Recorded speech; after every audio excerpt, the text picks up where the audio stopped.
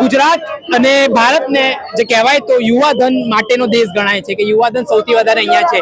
તો આજે તમે કહી રહ્યા છો કે ડ્રગ્સ વેચાય, દારૂ વેચાય, તો પહેલા તો ગુજરાતમાં આ પોસિબલ છે દારૂબંધી વાળો ગુજરાત કહીએ?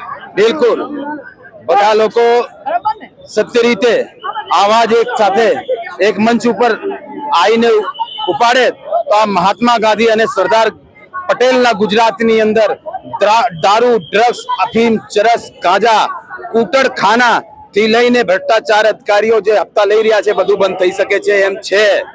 મહાત્મા ગાંધી ખાલી એક ચપટી નમક લઈને, એક લાકડી લઈને, એક ધોતિયું પહેરીને આંદોલન કરવા નીકળી પડ્યા હતા. આ એ જ મહાત્મા ગાંધી સરદારનું પૂજ્ય મહાત્મા ગાંધી સરદારનું આ પાવન ધરા છે. આ પાવન ધરા ઉપર આજે માં, બૂન, દીકરીઓ સુરક્ષિત નથી. હું ભાઈપુરા હાટકેસર વોર્ડનો કોંગ્રેસ પ્રમુખ છું અને ભાઈપુરાની અંદર જે ગલીઓની અંદર તમે જાઓ આજે દારૂ, દેશી દારૂ ના અડ્ડાઓ ધમધમી રહ્યા છે. વિદેશી દારૂ તમારા ને મારા જેવા યુવાનોને જે 16 વર્ષના જે છોકરાઓ છે જે એમની ભણતરની ઉંમર છે એ ભણતરની ઉંમરમાં દારૂના બુટલેગરો એમને ડિલિવરી કરાવડાવે છે અને એની પાછળ એક બોટલની પાછળ 50 રૂપિયા 100 રૂપિયા કમિશન આપે છે. એ માને ખબર નથી, એ દીકરાના માને ખબર નથી, એમના પપ્પાને ખબર નહીં કે મારો દીકરો શું કરે છે, ભણવા જાય છે કે શું.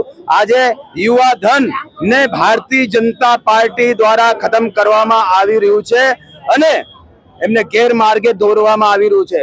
મુન્દ્રા પોર્ટ ઉપર જે લાખો કરોડનું જે ડ્રગ્સ પકડાયું એ કોનું હતું? આજ દિન સુધી નામ કેમ જાહેર નહીં કરવામાં આવ્યું? શું છે આના પાછળ હાથ કોનું છે? બધાને ખબર છે. આ દેશની જ ભોલી ભારી જનતા બધી જાણે છે પણ કહેતી નથી.